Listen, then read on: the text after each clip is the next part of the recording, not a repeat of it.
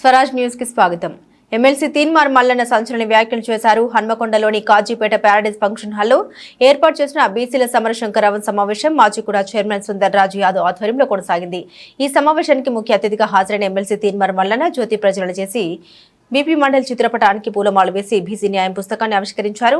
సమావేశానికి బీసీ ప్రముఖులు పెద్ద ఎత్తున హాజరై తమ సలహాలు సూచనలు అందజేశారు. ముఖ్య అతిథిగా హాజరైన ఎమ్మెల్సీ తీన్మార్ మల్లన్న మాట్లాడుతూ రాష్ట్రంలో 42% బీసీ బిల్లు కల్పించేంత వరకు పోరాటం సాగుతుందని, అందుకు మనమంతా ఐక్యంగా పోరాడాల్సిన అవసరం ఉందన్నారు. తీన్మార్ మల్లన్న గతంలో మాదిరిగానే ప్రజల కోసం పనిచేస్తాడని, బీసీలో మార్పు రావడం సంతోషించదగ్గ విషయమన్నారు. గతంలో ఎక్కడ సమావేశం నిర్వహించినా ఇంతమంది రాలేదని, బీసీల రాజ్యాధికారి కోసం ఈ సమావేశం దోహదపడుతుందని వ్యాఖ్యానించారు. ఈ కార్యక్రమంలో మాజీ ఎమ్మెల్యే వినయ్ భాస్కర్, బండి ప్రకాష్, ప్రొఫెసర్ గడ్డం భాస్కర్, వడ్నాల నరేందర్, చిరంజీవులు లలిత యాదవ్, గడ్డం భాస్కర్, బొచ్చు ఆనందం, ఆడిపు రవీందర్, సాంబారి సమ్మారావు, తిరునహరి శేషు, కుసుమ సతీష్, విజయ భాస్కర్, రాజేందర్, సుశీల, రాజున, కుమారస్వామి ప్రముఖులు, బీసీ సంఘాల నాయకులు పాల్గొన్నారు. అందులో 42% రిజర్వేషన్ అనేది ఈ రాష్ట్రంలో అధికారంలోకి వచ్చిన పార్టీ ఇచ్చిన హామీ.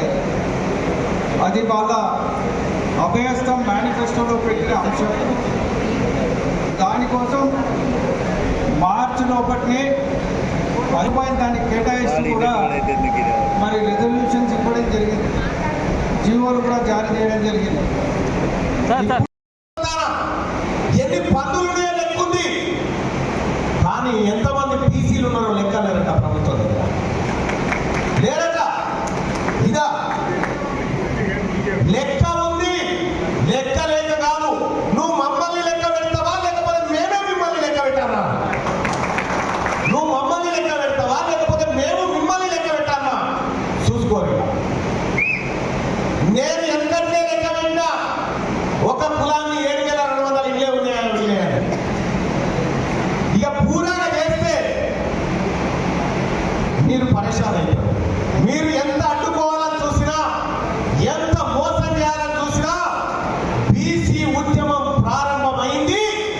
ఇది ఆగే ఉద్యమం కాదు, ఆ దరికి చేరే ఉద్యమమే. ఇప్పుడు మీరు చెప్తా ఉన్నారు ఎస్పీలకు చెప్పేసినాం అని చెప్తా ఉన్నారు. ఎంత వివక్ష, ఎంత కరుడు కట్టిన పైత్యం వాళ్ళలో ఉందంటే, ఇలా తీన్మార్ మల్లన్నను నిజంగా ఈ వరంగల్ గడ్డకు నా బీసీ బిడ్డలందరికీ శిరస్సు వచ్చి మీ కాళ్ళు గడిగి నెసిల దోసుకోవాలని నేను చెప్తా ఉన్నా. నన్ను గెలిపించారు, మీరందరూ కలిసి నన్ను గెలిపించారు. నాకు తెలుసు, నా గెలుపులో సుందరన్న పాత్ర ఏందో తెలుసు, నా వినయన్న పాత్ర ఏందో తెలుసు, నా వల్ల పాత్రలు ఏంటో నాకు తెలుసు. మిత్రులారా, అందరి పాత్రలు తెలుసు నాకు. ఇలా నేను ఓపెన్గా చెప్తున్నా, ఓపెన్గా చెప్పే ధైర్యం దమ్ము మీకు లేకపోవచ్చు, కానీ నేను చెప్తా ఉన్నా, మీ అందరి చదవ వల్లనే వాళ్ళంతా ఒక్కటై మూకుమ్మడిగా. ఒక ఆయన విదేశాలకు పోయినటువంటి ఒక మంత్రి గారు కలెక్టర్ గారికి రిటర్నింగ్ ఆఫీసర్ ఫోన్ చేసి ఓడిపోయే అవకాశం ఏమన్నా ఉందా అని అడుగుతాడు. దాన్నే ఉన్నాడు, ఓడిపోయే అవకాశం ఏమన్నా ఉందా అని అడుగుతా ఉన్నాడు. మీరు రాసి పెట్టుకోరి, మిత్తి అసలు చక్రవడ్డీ కలిపి మీరు వచ్చే ఎలక్షన్లో ఒక్కడు గెలవకుండా పాత్ర పెట్టకపోతే నా పేరు తీన్మార్ మల్లన్న గారు. ఒక్కడు కూడా గెలవనియా. మీరు అనుకుంటున్నారేమో ఇలా తీన్మార్ మల్లన్న మాట్లాడుతూ ఉంటే చాలామంది ఓ కొత్త ఊపు, అరే పదవి వచ్చినా కూడా మాట్లాడుతుందంటే నేను ఇంకా పైసమందం కూడా స్టార్ట్ చేయలేదు, పైసమందం కూడా స్టార్ట్ చేయలే. ఈ 42% రిజర్వేషన్ ఈ బీసీ బిడ్డలకు కల్పించకపోతే భూకంపం పుట్టిస్తా. ఇక్కడ తెలంగాణ రాష్ట్రంలో భూకంపం పుట్టిస్తా, రాసి పెట్టుకోండి. ఒక్కడు కూడా తిరగలేడు. మర్యాద కోసం చెప్తా ఉన్నాం.